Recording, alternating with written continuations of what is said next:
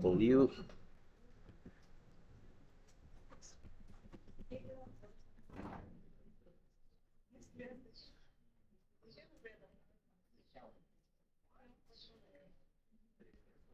Vale. Vamos a empezar entonces el tema de capacitancia, ¿sí? Eh, bueno, aquí lo tenemos.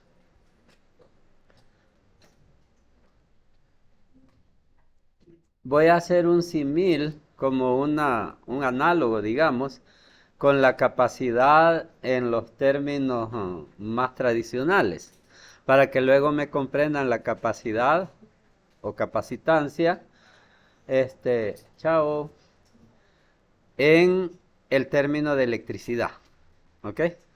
Entonces, piensen que lo que queremos es almacenar un gas, aire, por decir algo. Y tenemos ese contenedor ahí, ¿sí? Queremos almacenar aire. Hola. Ese contenedor. Ah, eh, sí, sí, quizás sí. Capítulo 21 era el primero, 22 fue eh, Gauss y 23 fue potencial, entonces 24 es capacitancia. Está en lo correcto. Entonces ahí tenemos ese contenedor, ahora sí, y nos interesa su capacidad de almacenar aire. ¿Qué podrían decirme ustedes como respuesta a esto? Lo que queremos es como medirle su capacidad. Medirle su capacidad. ¿Qué me podrían decir ustedes de respuesta a esto? ¿Sí? Ahí tenemos, ve el contenedor y su capacidad. ¿Qué me podrían decir? ¿Cómo medirla? ¿Cuál es su capacidad? Pues ahí le puse hasta una viñeta, no sé si se alcanza a leer.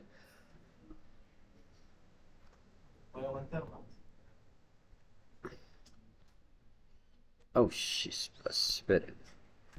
Aquí le puse una viñeta, bueno, ya la traen.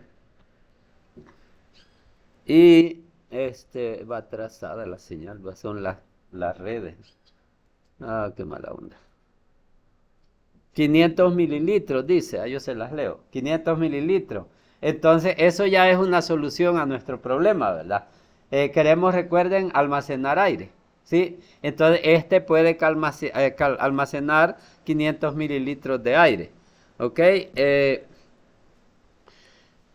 Puede almacenar más, dice Francisco. ¿Cómo?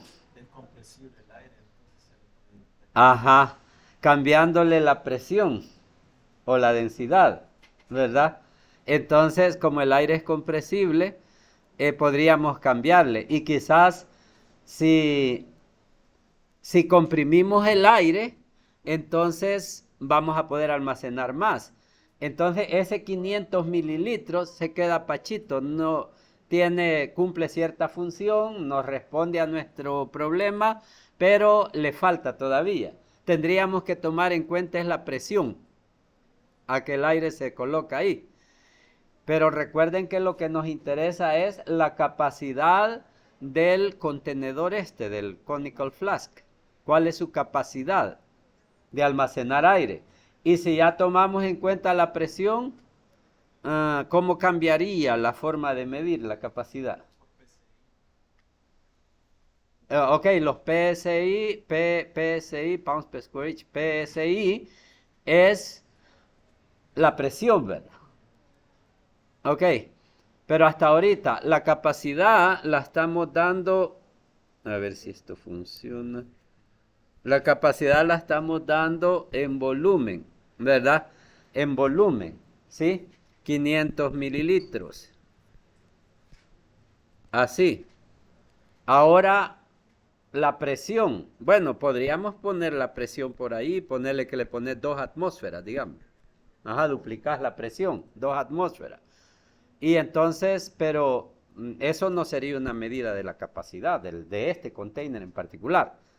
¿Cómo relacionar la presión con esto? Esa es la pregunta. Sí, no, ahí siento que nos vamos por otro lado, no es la línea donde queremos ir. Sí, de que restarle la atmosférica, no es esa en realidad la que nos interesaría. Lo que quiero es otra forma de medir capacidad que no sea el vulgar volumen, porque el volumen vimos que está fallo, está deficiente. ¿Ok? Y la solución de Francisco está bien. Volumen asociado a presión. ¿Cómo hacemos matemáticamente para proceder? Tomar en cuenta las dos, porque importa es el volumen del contenedor, porque entre si es el doble de grande va a tener doble capacidad, pero importa también la presión.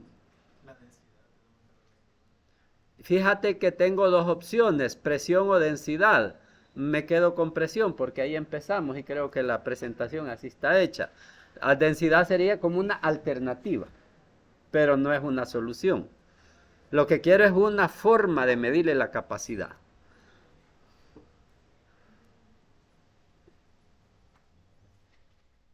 ¿Cómo saber de que este contenedor tiene una capacidad diferente a este otro? Digamos, tengo por aquí otro contenedor. Estamos mal con la red, yo dibujo y no va a funcionar. Bueno, tengo otro contenedor más grande y tiene otra capacidad, digamos, ¿cómo diferenciarla? ¿Sí? Mande.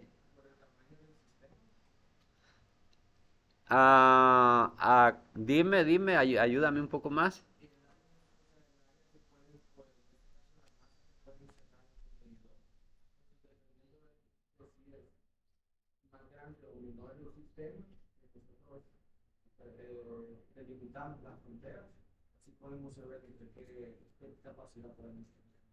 Casi que lo que me estás diciendo en una palabra es volumen.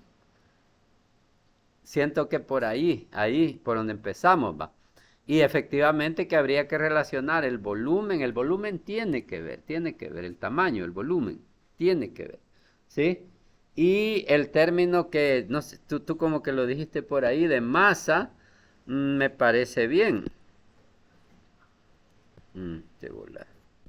El término de masa me parece bien, ¿sí? Y entonces observen esa fórmula, ese modelo matemático, chispas. Ay, no vamos a poder hacer nada, ¿cómo le hago? Ya mandé comprar el adaptador que me falta para conectar directo, ya el sábado me lo traen. Y este, pizarra toca, pero no se graba la presentación. Ajá. Ay, cómo leo, pero sí, eso va a tocar. Quiero ver, hago una por aquí. No sé si es la red de esta o aquella de ahí. Ya sé, me voy a pasar a mi teléfono. La red Wi-Fi anda.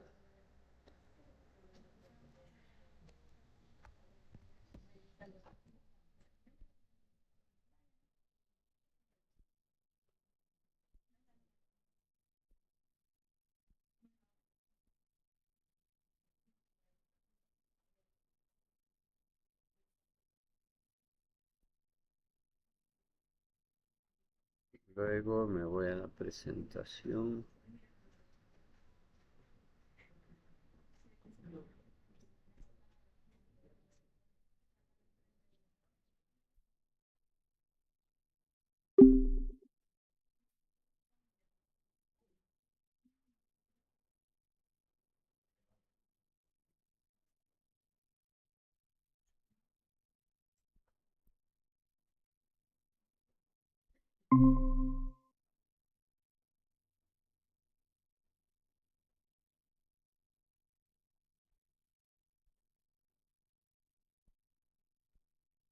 Y no traje los plumones.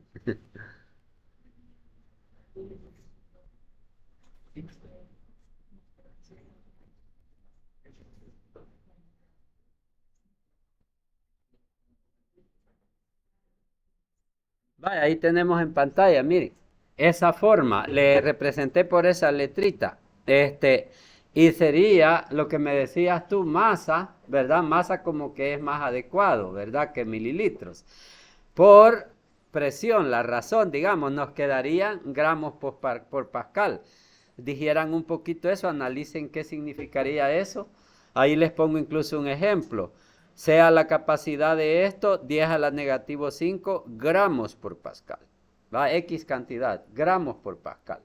Medir la capacidad, sí, esa es una solución. Este contenedor tiene una capacidad de 10 gramos por cada pascal. Dividir masa entre presión. La masa que... Y eso sería una capacidad. Digamos que tenés un contenedor, el doble de grandote. El doble de grandote, así más gordote. Acá, que digamos tiene como el doble de volumen. Y entonces ese tendría el doble de capacidad. Ok, este te almacena, ponerle 10 a la negativo 5 gramos por pascal. Y este otro te almacenaría 2 por 10 a la negativo 5 gramos por pascal. El doble. ¿Sí? Y esa es una medida de capacidad. Y es que, sigamos por acá. Creo que ya resolvimos.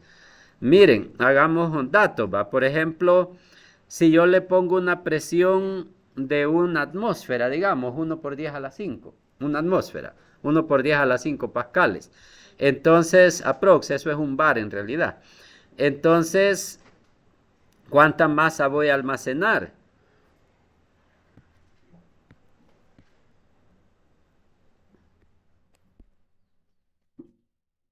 Pues la masa que voy a almacenar sería un gramo, un gramo, ¿verdad? Eso sería la masa, allá arriba. Porque teníamos una presión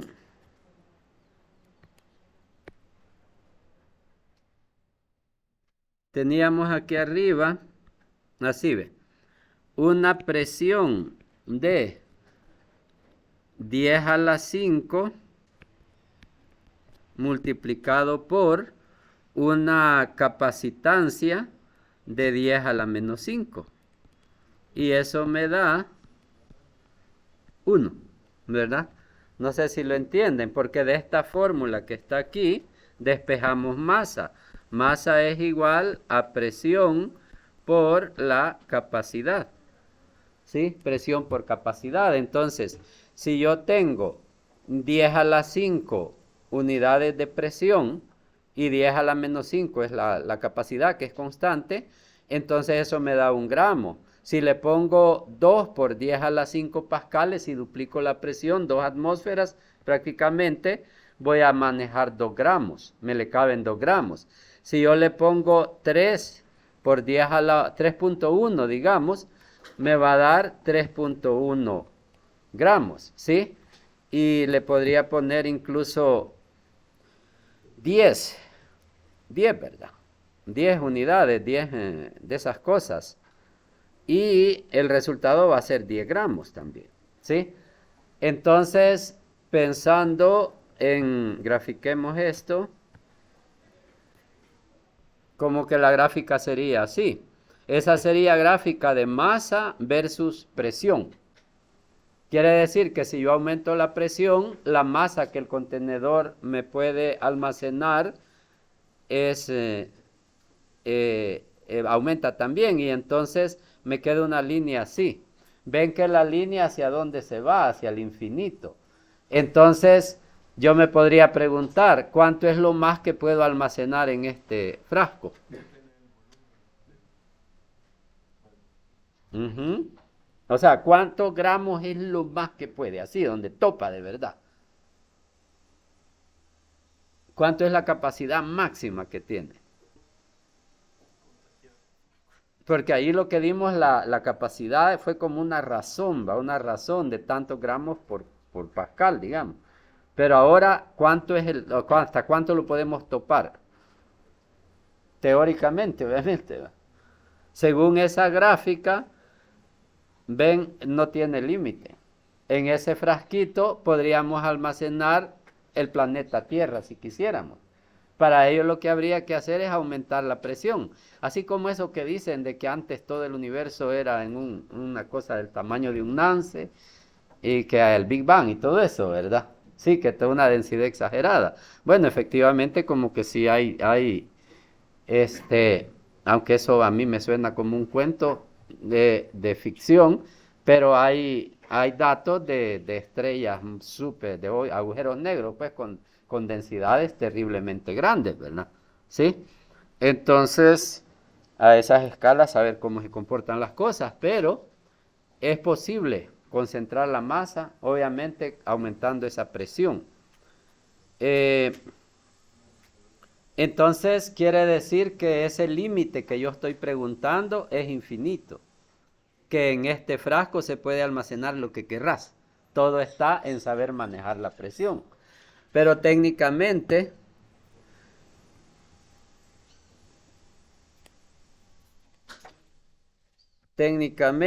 miren, hay un problema, que el frasco por la resistencia de sus paredes tiene una presión máxima.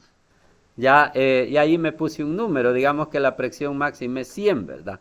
Entonces eso te va a dar como resultado una cantidad de masa máxima que puedes almacenar. Y si haces las operaciones matemáticas ahí, te resulta de 100 gramos. Entonces sí tiene un tope técnico, un tope, pero es técnico el tope.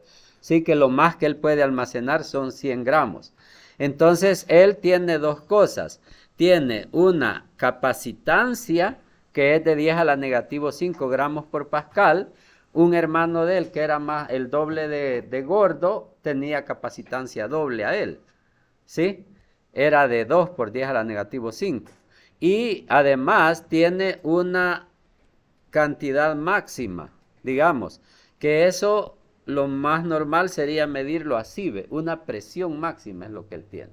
La presión se la puede aumentar, perdón, hasta llegar a 100 bares, digamos, 100 bares, ¿sí? Eso es. Y eso te limita una cantidad máxima de masa.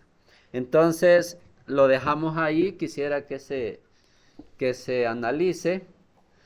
Primero, vamos a hacer un repaso más despacito. ¿Qué significa esto de aquí? Miren, que él tiene una capacitancia, por eso no dije capacidad, sino que capacitancia de 10 a la negativo 5 gramos por pascal.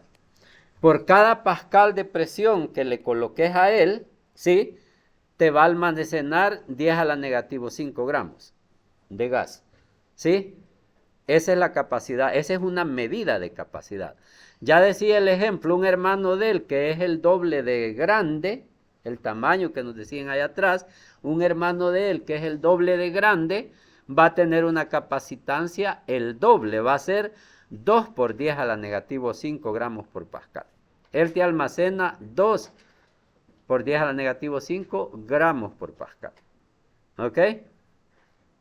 Ese es el primer concepto, la capacitancia ya más refinada, no así como el volumen. El volumen era un poco fallo todavía, esta ya es más refinada. Esa es la capacidad, la medida de ese frasco. ¿Ok? Luego, debido a que técnicamente él tiene una limitante de 100 bares, digamos, de 100 bares de presión, entonces por lo tanto también tiene un límite de aire que puede almacenar, y ese coso no te puede almacenar más de 100 gramos de aire porque se rompe. ¿Estamos? ¿Ok? Entonces, ahora traemos ya un elemento eléctrico que ya es para almacenar carga eléctrica, que es nuestro tema de hoy. Y como dije, es un símil, y aquí tendríamos capacitancia, es eso precisamente. Solo que en vez de almacenar masa, almacenamos carga. Y en esa presión, esa tensión, aquí es el voltaje. Aquí es el voltaje. Esa es la presión que aquí llevamos. Y esa es la fórmula que va para la copia, ¿ves? Carga entre voltaje, oigan, no volumen. Volumen aquí lo representamos así para no confundir. Entonces ahí lo tienen, ¿sí? Eso sería coulomb por voltio, ¿verdad? Te va a almacenar tantos coulomb por cada voltio. Este aparatito teóricamente te podría almacenar toda la carga del mundo que querrás. Teóricamente, pero técnicamente ha de tener una limitante. Así como las paredes del recipiente no soportaban más de 100 bares de presión, de seguro no soporta más de, dice aquí, a ver si dice, aquí ve.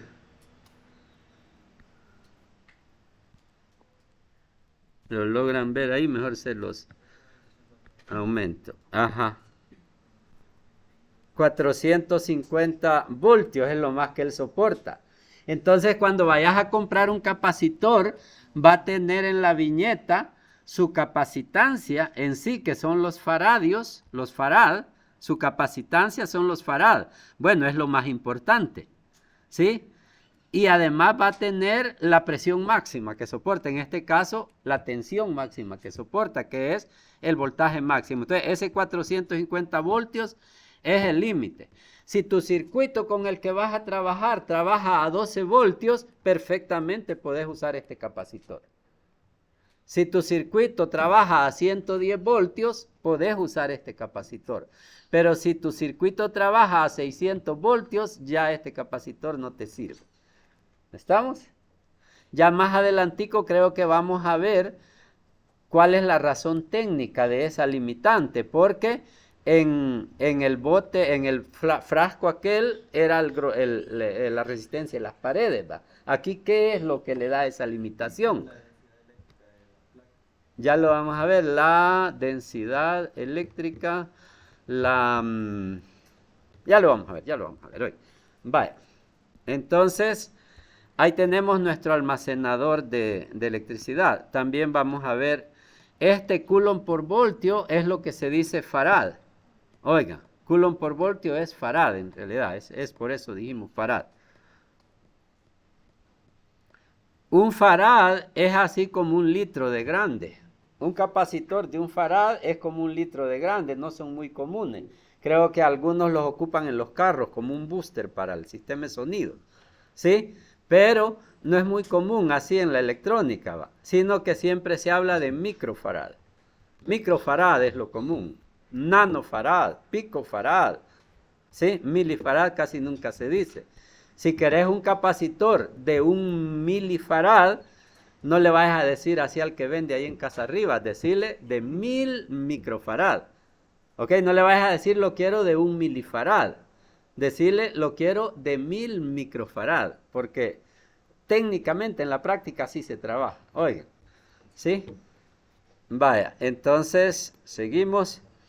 Sea en este caso el de que tenemos acá, pues ahí está en la viñeta, se puede leer. Este es de...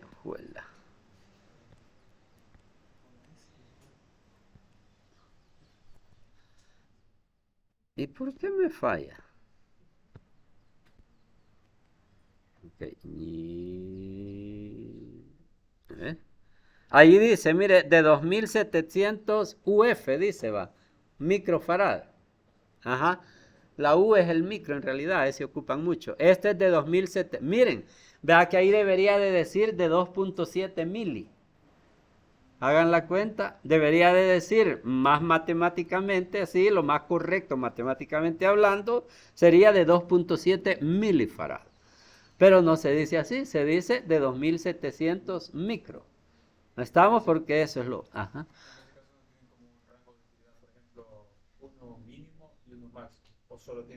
Solo hay tope para arriba, porque el voltaje más bajo que puede haber es 0.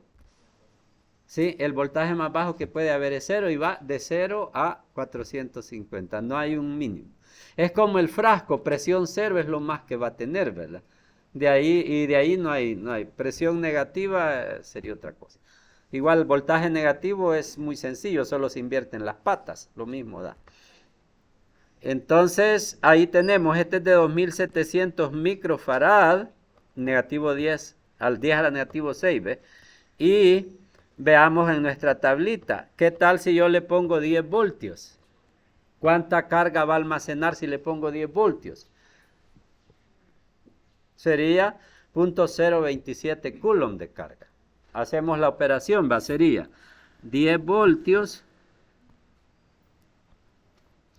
sería Q es igual a C por V, o sea, 2.7 por 10 a la menos 3, ¿verdad? Eso es ya pasándolo a mili, multiplicado por V, y el V es 10.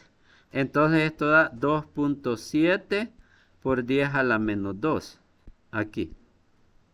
Así quedaría, ¿verdad? Entonces almacena 0.027 o 27 milivoltios. 27 milivoltios. ¿Sí? 27 milivoltios. Si le pongo ¿qué sería? 27 coulomb. 27 milicoulombs, ¿verdad? Milésimas de coulomb de carga. Cuando le pones 10 voltios. Si venís vos y le...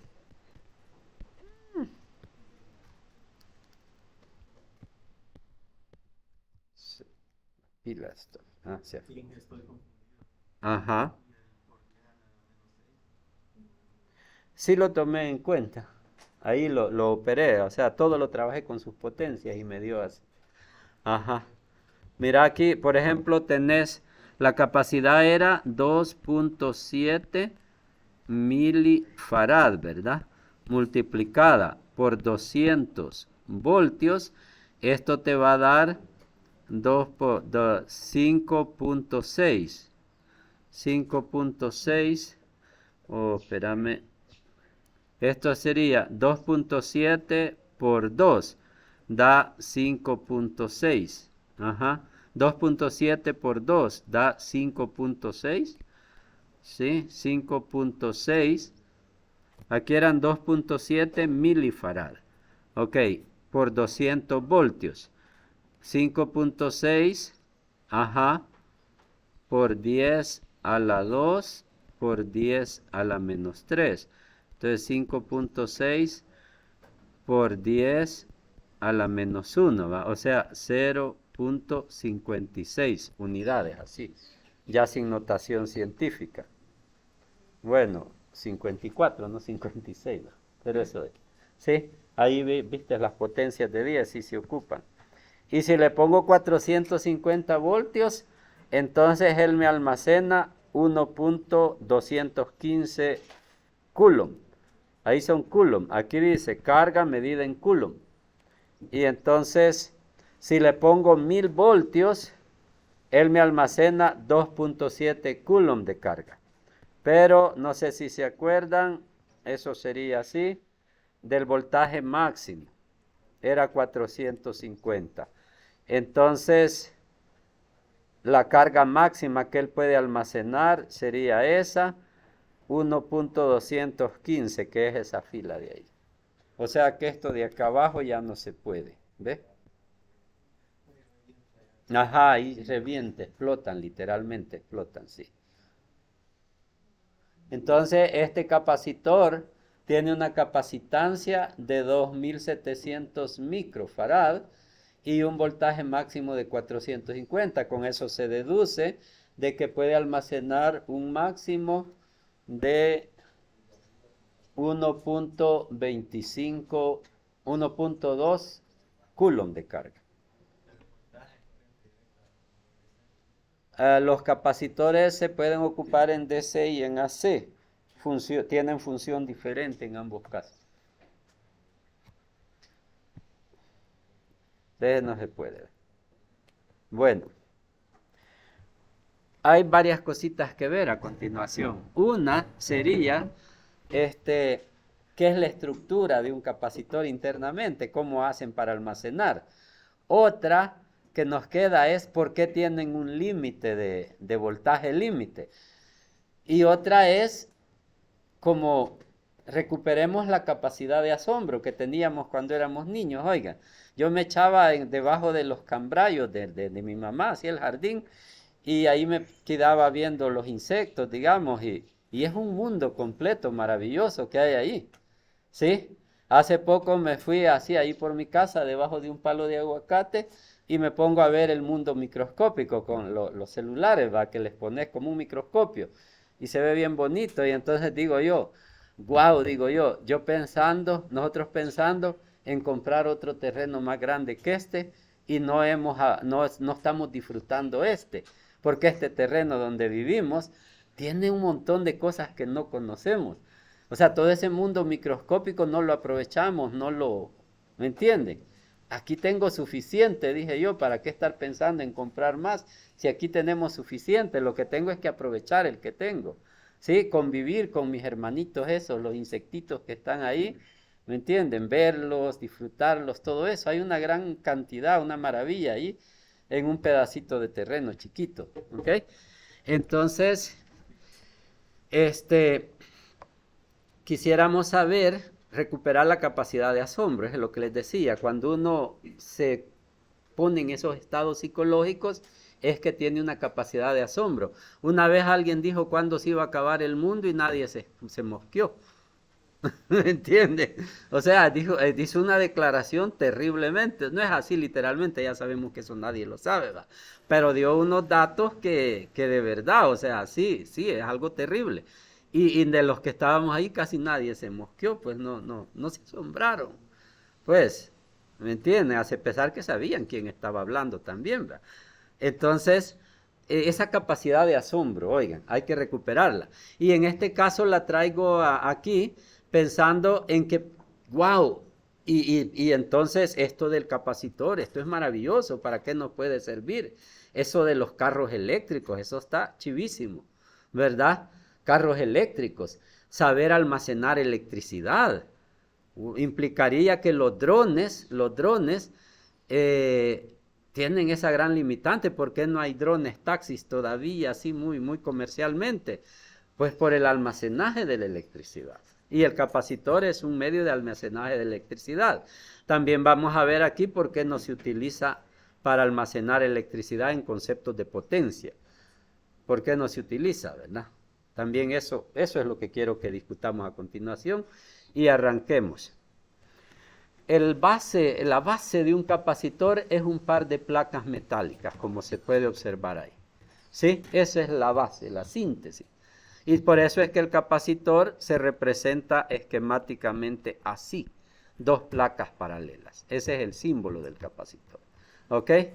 Entonces, estas placas las conectamos a una batería. La conectamos a una batería, las placas, miren. Cada placa a un polo de la batería. Váyanse acostumbrando a la simbología, el positivo y el que parece un signo menos es el negativo, ¿verdad? El chiquito que parece un signo menos es el negativo y el largote es el positivo en una batería. Luego, la batería tiene un voltaje determinado, VO, digamos, de 1.5 voltios, de 12 voltios. Es el voltaje de la batería. Le vamos a llamar también así, miren, FEM, a la batería. La FEM se dice, es de tantos voltios, ¿sí? FEM stands for fuerza electromotriz, ¿sí? Que en inglés es EMF. Fuerza electromotriz. Eso quiere decir. Y el nombre es muy poético, a mí me gustan los nombres antiguos que se usaban. Obviamente la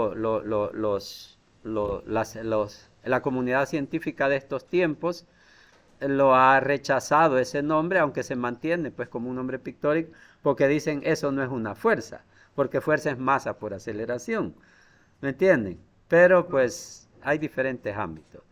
Yo cuando le pido a Dios, yo le pido fuerza, ¿verdad? Y es lógico que el concepto fuerza ahí no lo estoy utilizando en un término de masa por aceleración, va, sino venir con fuerza, dar la clase con fuerza, ¿verdad? Cuando voy a ver a mis hijos, llevar fuerza para poderlos ayudar, ¿verdad? ¿Sí? No como anoche que cumpleaños una de ellas y yo andaba cansadísimo, no, sin fuerza, porque ahí no estorbo hace uno, ¿sí? Va, entonces, por eso han desconectado ya este término de fuerza electromotriz, pero ahí se mantiene porque es muy poético, oigan, porque no es una fuerza a nivel de la concepción que en física sí tiene de la tal. Vaya, sigamos analizando. Una forma de representar la diferencia de potencial es con esa flechita ruedita.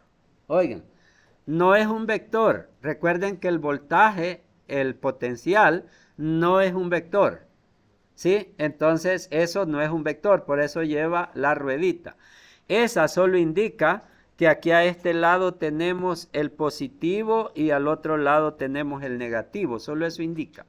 Si yo tengo un voltaje así, digamos, quiere decir que aquí hay más potencial y que aquí hay menos potencial. Eso es lo que significa el símbolo. Repito, no es un vector, ¿ok? Luego, ese voltaje, esa fuerza electromotriz que tenemos ahí, arrastra cargas. Y se llevó una carga positiva, un niño para la placa derecha y echó a una niña hacia la placa izquierda. ¿Lo vieron? ¿Sí? Repitámoslo, hagamos otro. La fuerza electromotriz aquí está, miren. Esa está empujando cargas, ¿ve? Empuja otro par de cargas, un niño para la derecha y una niña para la izquierda. Pero como se repelen, se alejan, así, ¿ve? Se alejan, ¿ya? Otra. Ya las echa a las placas, pero ellas se van como acomodando, alejándose, así, alejándose, alejando. Algo así. Es simulación. Ella está, si se fijan, es que está bombeando carga, ¿sí? Y las cargas se van distribuyendo uniformemente en la placa, de acuerdo a las leyes de repulsión, las leyes de la imantación, le dicen los místicos. Se distribuyen lo más, de acuerdo a esas leyes, las leyes esas de la imantación. Y casi que por ahí quedaría distribuida. Como resultado pueden ver la placa derecha ahora quedó cargada positivamente y la placa izquierda quedó cargada negativamente.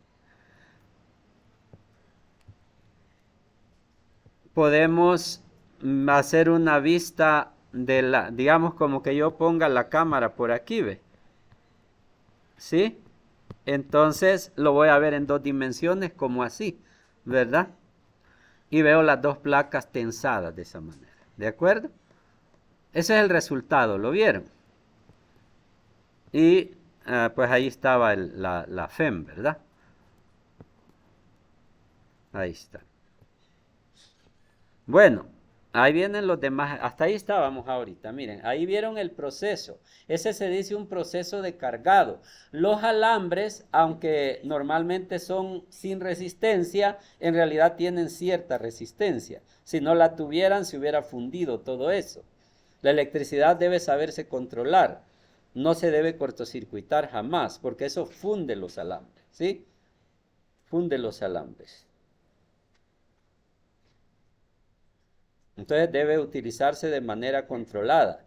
En los bellos poemas de la mitología griega decían que las manzanas de oro del jardín de las Hespérides eran las hijas del dios Héspero, unas bellas musas, solo debían olerse, nunca se debían morder, ¿sí?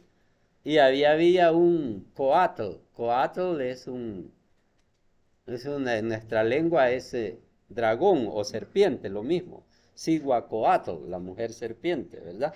Entonces quiere decir dragón o serpiente. Entonces una serpiente, un dragón, como le quieran llamar, custodiaba el árbol de las manzanas de oro en el jardín de las Hespérides, ¿sí? Y entonces esas manzanas solo se deberían oler, no se debían morder. Eso simboliza a mi ver que la electricidad no se debe cortocircuitar. Siempre tiene que haber un control.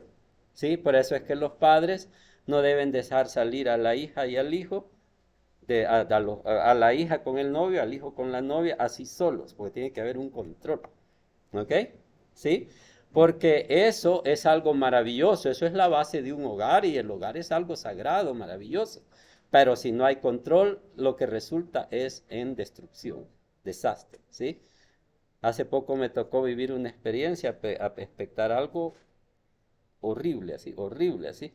Que yo, las personas involucradas, no sé, yo soy más pecador que ellos, yo lo sé, pero dije, yo a esta gente no le vuelvo a hablar jamás en mi vida. O sea, así fue la sensación que sentí ante el acto tan horripilante que esas personas hicieron relacionada con la mala utilización de la parte sexual, ¿me entienden? Ujú.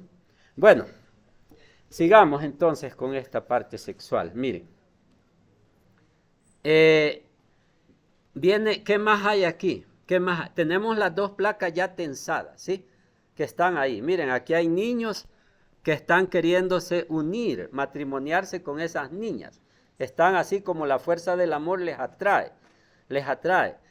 Nosotros decimos en nuestro lenguaje físico-matemático de que hay un campo eléctrico entre las dos placas, ¿se acuerdan? Brota del positivo, se embute en el negativo, ¿ok? Así lo vemos. Entonces váyanse familiarizando matemáticamente con el capacitor. En el capacitor tenemos una capacitancia, el voltaje que hay entre las dos placas. Fíjense por favor, regálenme su atención, voy dictando las partes que tenemos, o sea, citándolo.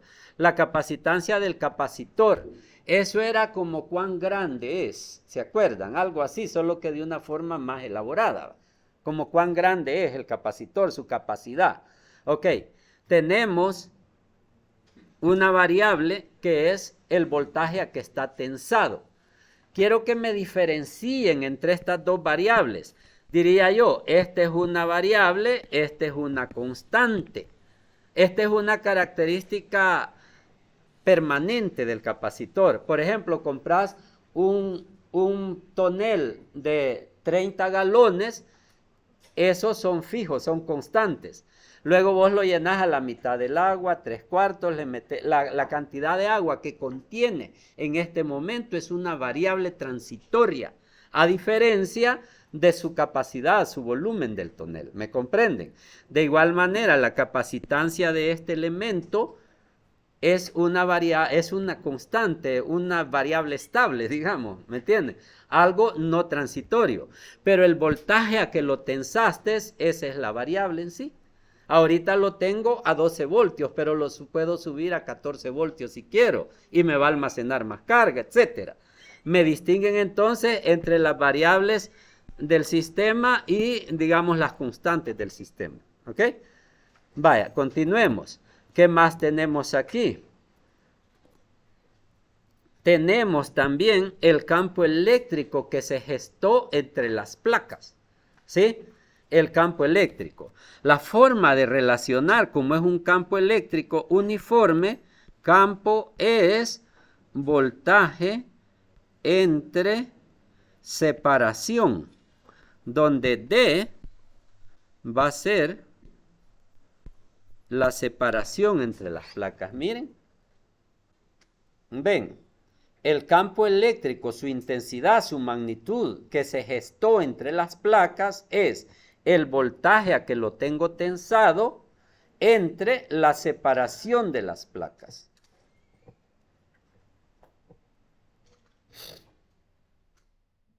Así. ¿Ok? Porque, bueno, eso. El campo eléctrico también es una variable transitoria. No es estable, depende de cuánta carga le he metido, así va a ser la intensidad del campo que se prestó, ¿verdad? ¿Ok? Y esas son, digamos, las variables. A continuación, vamos a relacionar la parte meramente física, le podemos llamar, meramente física, como en este caso estoy hablando del área de la placa, o de las placas, mejor dicho, ¿verdad? El área de las placas. ¿Cuántos milímetros cuadrados tiene cada placa? ¿Sí? Y ya hablé de esa separación que tienen ahí miren, ya hablé de eso. ¿Ok? Esas son las características físicas del capacitor, estas tres. La separación de placas no cambia, es estable. El área de las placas es estable y su correspondiente capacidad es estable. ¿De acuerdo? Las variables son el voltaje que está tensado, la cantidad de carga que almacenó, la intensidad del campo eléctrico que se gestó entre sus placas. Esas son las variables. ¿Ok? ¿Vamos bien? Vaya. Y la idea es relacionar todas estas variables entre sí matemáticamente. Recuerden, bueno, aquí va a salir ya. La fórmula fundamental, cuando no sepan por dónde empezar un ejercicio, les recomiendo váyanse a la fórmula fundamental, a la base. En este caso es C igual a Q sobre V, esa es la base. Eso es capacitancia. Eso fue como una definición para que no nos pasara como con el frasco, ¿va? Que el volumen era algo muy, no, era fallo, insuficiente. Luego, Q es sigma por A, ¿verdad que sí? ¿Lo ven? Las placas están impregnadas de una cantidad sigma de carga. En una placa tiene sentido hablar de una sigma. En una línea tiene sentido hablar de su lambda, no tanto de su Q. Y su Q total va a ser igual a como se ve ahí. Y el voltaje, ya decía, es E por D, ¿verdad? Porque yo les dije, E es igual a V sobre D. Entonces, consecuentemente, el voltaje lo puedo sustituir como E por D. No se olviden que D es una de esas cantidades estables aquí, de las constantes. ¿Ok? Y teníamos una formulita que nos daba el campo. ¿Cómo se llamará ella? Valeria, perdone. La vez pasada nos dio una formulita para dos placas así, iguales. ¿Cuál es? Dos placas, el campo eléctrico, sí.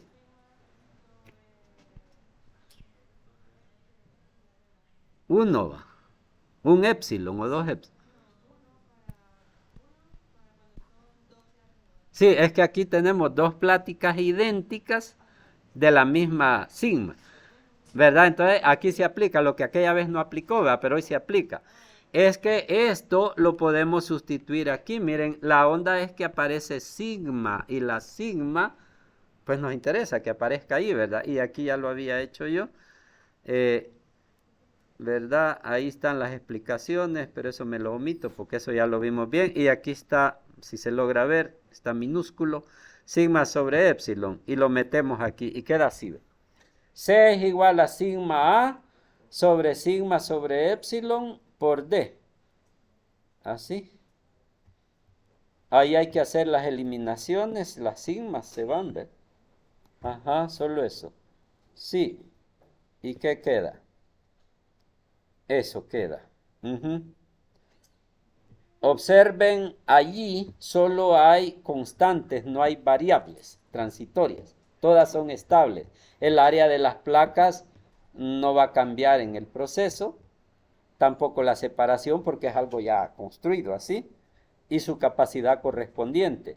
Y esa fórmula la podríamos echar a la copia porque es la fórmula de la capacitancia en términos de las variables físicas, del área y todas esas cosas, solo que este es para un capacitor de placas paralelas, se llama, de esta estructura que tengo en pantalla, porque hay diferentes formas de capacitores.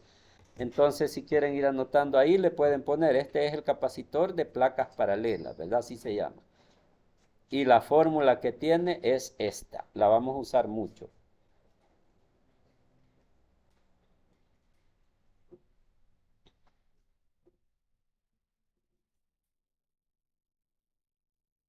Era la red, ¿verdad? Por eso cuando me conecté ya con teléfono, la red.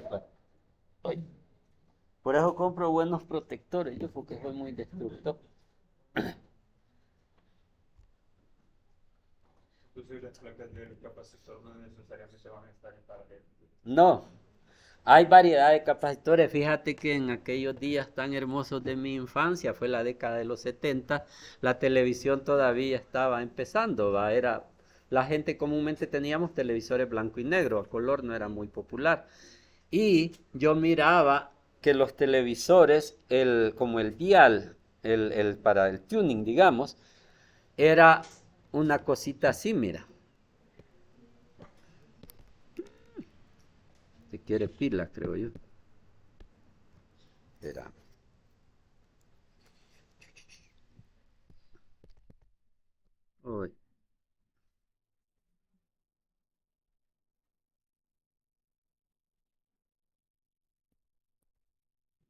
Qué mala onda. No quiere trabajar el lápiz.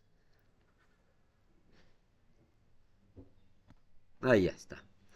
Mira, tenía una cosita así. Era como así. Y aquí era un eje. Y esa es una placa, la ves, es una placa. Y habían muchas placas iguales a esta, conectadas a través de un eje acá. Aquí había un eje. Y así, ay, no sé si me lo van a entender. Así ve. Entonces, en un eje estaba montado un puño de placas así. Y aquí en otro lado, digamos, en otro lado, aquí en otro lado, estaban montadas otras placas, las voy a dibujar en otro color, unas placas que iban en medio de estas, así ve, así. Y en medio de todas estaba una de esas, así. Ya entonces eran las otras placas, ¿sí? Y esas estaban montadas en la carcasa, digamos. Entonces la perilla del tuning iba aquí, ¿ve? Aquí iba la perilla. Entonces cuando uno giraba la perilla, el traslape de las placas era la variable, lo ven.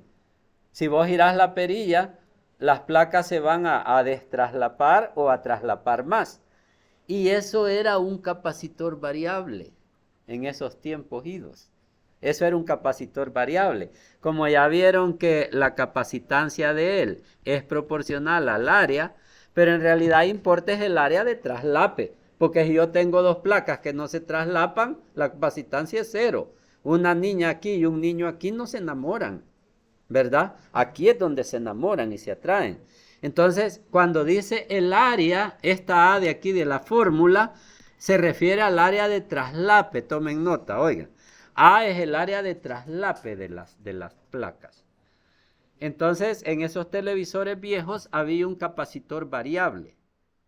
Así conseguían, y eso es lo que hacía eso de entonar, ¿va? Entonar el canal, la frecuencia y todo eso. Porque tenían un capacitor variable, eran así grandes, ¿ve? Y entonces cambiaba el área de traslape, el área era la misma, pero las traslapabas o las traslapabas. Y eso te daba una capacitancia variable que es clave cuando estás trabajando con ondas electromagnéticas. ¿Ven? Entonces hay diferentes tipos de capacitores, ¿sí? Y vamos a ver la fórmula de unos dos, quizás.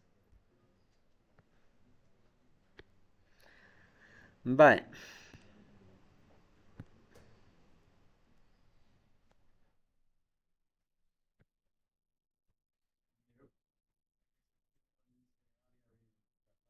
Sí, fíjate que si yo tengo esa placa que está ahí, mira, y vengo yo y pongo otra placa aquí, pero vaya, la voy a dibujar en dos dimensiones, la placa 1 y la placa 2.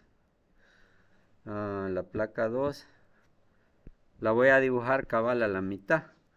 Y la placa 2 y esta babosa incluso es más larga. ¿Ok? Cuando tú calcules están así, ¿verdad? Overlapping, así. Si tú calculas la capacitancia de este capacitor, va a ser epsilon sub 0 por A sobre D, donde D va a ser esta separación de aquí.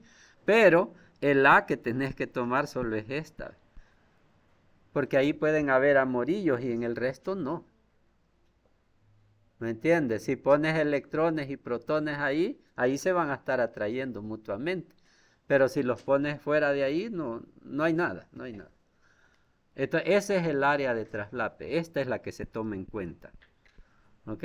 Esas cosas, miren, yo les invito a que vean lo fundamental. Esto es fundamental, ¿sí? Así. Hay que irse alejando de ese pensamiento mecánico. Muchos quisieran, sobre todo si la física no es su vocación, quisieran, deme la fórmula y yo lo hago con la fórmula. Como yo no quiero pensar o yo no quiero reflexionar.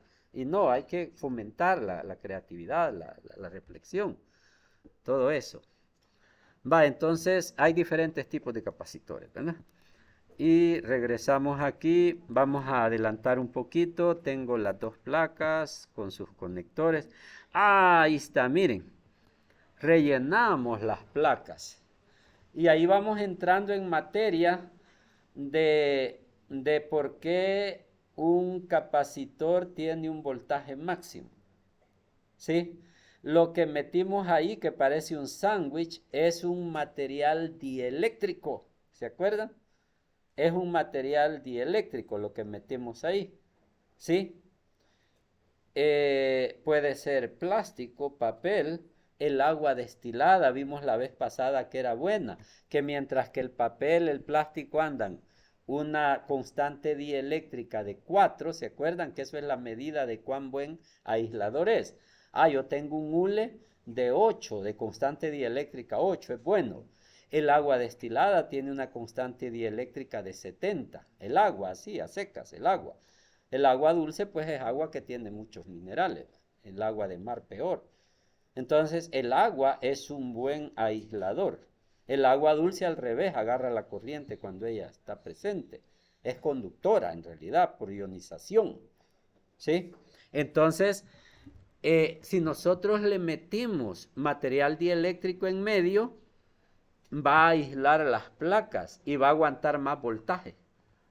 Primero va a aguantar más voltaje, porque la falla está en que pueden saltar chispas de la placa positiva a la negativa o viceversa.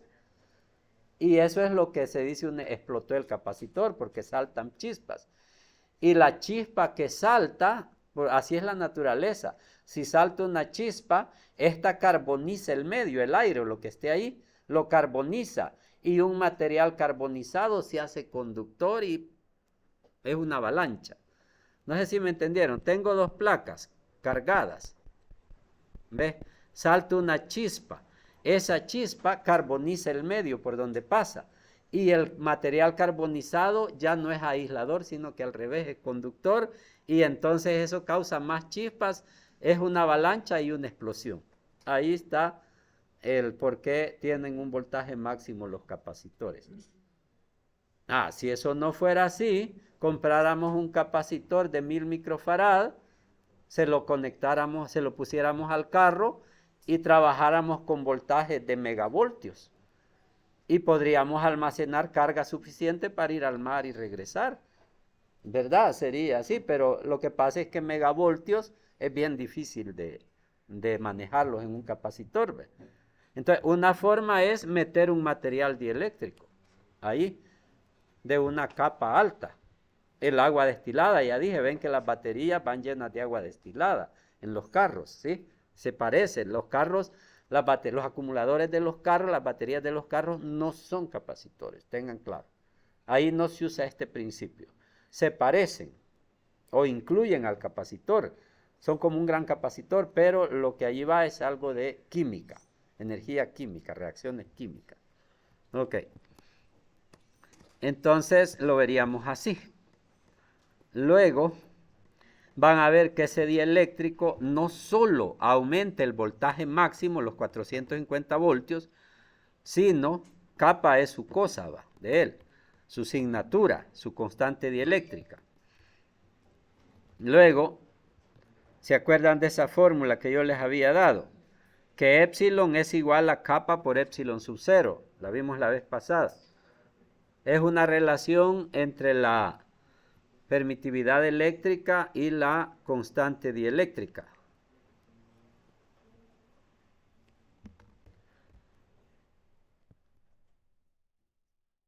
Entonces, veamos qué tenemos aquí. Ahora le voy a llamar CO y EO. Epsilon sub 0, ya saben que es la epsilon al aire, al vacío. El capacitor primero que dibujé aquí no tenía material dieléctrico. La epsilon de él era epsilon sub 0. Pero este nuevo capacitor tiene una epsilon, ya no una epsilon sub 0, que es igual a su capa por la epsilon sub 0. Entonces, esta era la capacitancia del capacitor sin dieléctrico, ¿sí? Con epsilon sub 0. El nuevo capacitor es que la fórmula la pueden corregir. La habíamos anotado así, ¿ves? C igual a epsilon sub 0 por A sobre D, así la habían anotado. Corrijámosla, borrémosle el cerito. En general depende del material. Esa es la fórmula que acabo de poner aquí, es más general. Esa fórmula es más general. Es un capacitor con un dieléctrico en medio, no solo al vacío. Aquella fórmula que vimos era solo para el vacío o el aire, que es el mismo valor casi. Este es más general. Esa es la capacitancia de un capacitor. Ok, miren esto. Epsilon es capa epsilon sub 0. ¿Sí? Miren. Pero esto de aquí, era la capacitancia al vacío, que le llamé C sub O, esto, ¿ves? La capacitancia al vacío es esta expresión, que ven que aquí la tenemos, esa expresión, ¿verdad? Aquí tenemos la capacitancia al vacío. Entonces, acá lo que tenemos en pantalla, esa otra fórmula que va para la copia, es la relación entre la capacitancia al vacío y la capacitancia con dieléctrica. Ahí la tienen, ¿ves? Si yo tengo un capacitor, digamos, la batería del carro, suponiendo que ella fuera un vulgar capacitor, pero ya advertí que no. Si no tiene agua, si se quedó sin agua, tiene una capacitancia CO. Cuando está llena de agua, la capa del agua es 70. Tiene una capacidad 70 veces la CO. ¿Sí? Se multiplica por 70. Entonces aquí vemos que ese material dieléctrico que pusimos no solo permite voltajes máximos mayores, soporta voltajes máximos mayores. Si era de 450 voltios, ya con ese coso se te va a multiplicar, digamos, 70 veces en este caso. Sino que también te aumenta la capacitancia. Tiene dos ventajas, ¿verdad? Aumenta la capacitancia, porque ahí lo pueden ver, ¿sí? Y esa es la relación que hay entre las capacitancias. CO quiere decir al vacío.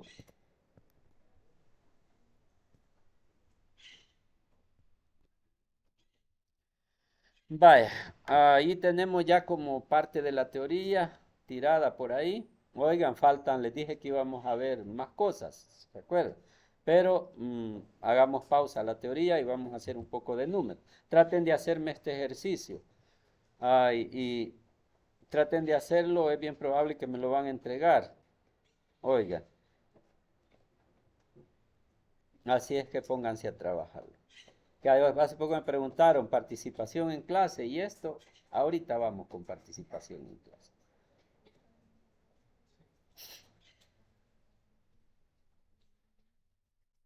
Es de tratar de hacerlo, oigan, no está muy sencillo, quiere mucha lógica, mucho análisis y pueden platicar entre ustedes, me pueden preguntar a mí. No es un examen en sí, sino que es un trabajo en clase, en grupo.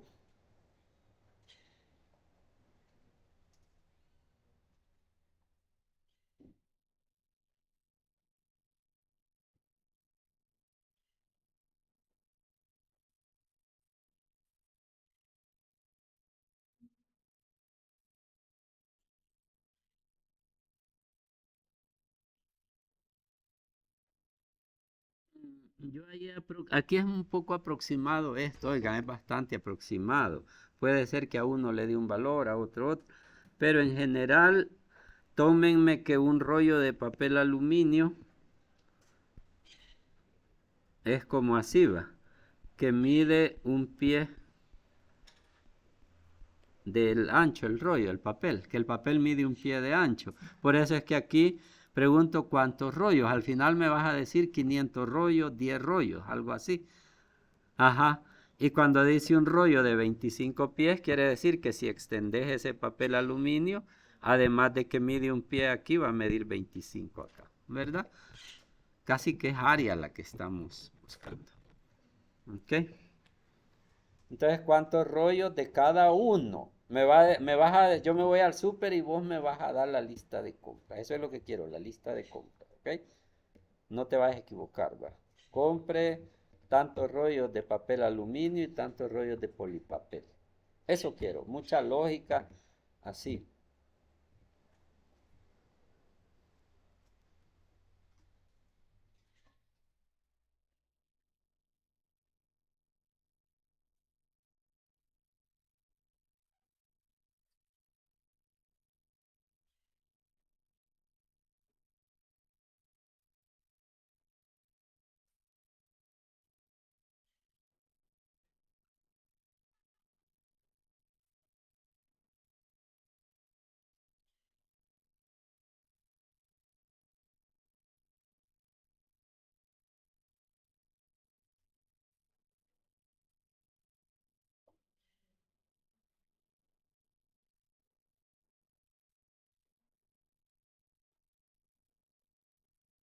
El grueso, se va a ocupar el grueso del polipapel, el espesor. ¿Cuánto creen que mide así el espesor del polipapel? Menos de 1 milímetro, ajá. Estaría un poco sensato usar 0,1 milímetro para que quede un poco redondo. Si quieren el espesor del papel, tomen 0,1 milímetro de espesor. Ujú. Pueda que es más delgado, pero dejémoslo ahí. Ese dato se necesitaría, pero por eso es estimado. Pero como vamos usando el mismo dato, todos van a coincidir las respuestas.